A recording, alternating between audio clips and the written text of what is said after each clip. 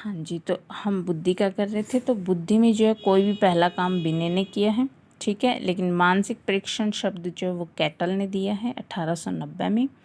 और विनय cycle skill, देखो इसमें जो एक एक लाइन है ना, ये नोट्स में ये आपका एक एक नंबर है बेटा।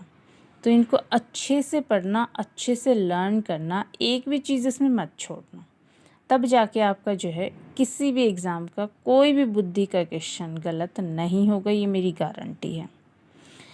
तो विनय साइमन स्केल जो है सबसे पहले बनाया था 1905 में, ठीक है। 1908 में विनय ने एक शब्द दिया था मानसिक आयु। तो मानसिक आयु जो शब्द है, मेंटल एज, वो विनय ने ही दिया था 1908 में, ठीक है। आईक्यू जो है बुद्धिलब्धि शब्द है, वो स्टर्न ने दिया था। ये बहुत इम्पोर्टेंट है, स्टर्न ने आईक्यू शब्द दिया था 1912 में, ठीक है। और स्टर्न ने जो एक फॉर्मूला भी दिया था, mental as by chronological age, MA/CA। जो हम आईक्यू मापने का जो फॉर्मूला है, मल्टीप्लाई 100 करते हैं, वो 100 जो वो स्टर्न ने नहीं किया था, वो 100 टर्मन ने किया था। लेकिन आपको पूछा जाए कि फॉर्मूला किसने दिया है, तो आंसर आएगा स्टर्न, ठीक है। उसके बाद एक टेबल है जो टर्मन ने दी है, और टर्मन की टेबल बहुत लोगों ने दी, लेकिन हम टर्मन वाली पढ़ेंगे क्योंकि क्वेश्चन इसी से पूछा जाता है।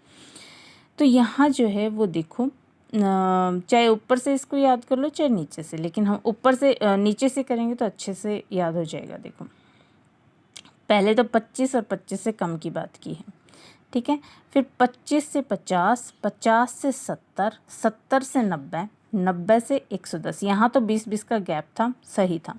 अब 90 से 110 बहुत बार क्वेश्चन पूछा गया है, सामान्य बुद्धि का मापन, ठीक है। 90 से 110, 110 से 120, 120 से 140 और 140 या फिर उससे ऊपर। तो जो 140 और उससे ऊपर होते हैं वो तो जीनियस होते हैं, प्रतिभाशाली होते हैं। फिर 120 और 140 वाला बच्चा जो है वो सुपीरियर होता है, ठीक है। 110 से 120 वाला जो है वो तीव्र बुद्धि होता है, और 90 और 110 वाला तो एवरेज होता है, सामान्य बुद्धि, जो हम सब में मिल ही जाएगी। 70 से 90 वाला मंद बुद्धि होता है, और ये जन्मजात होते हैं बेटा। 50 से 70 वाला पिछड़ा हुआ बालक होता है, बैकवर्ड, जो जन्मजात नहीं होता है, ठीक है। वो जन्म के बाद भी बैकवर्ड हो सकते हैं।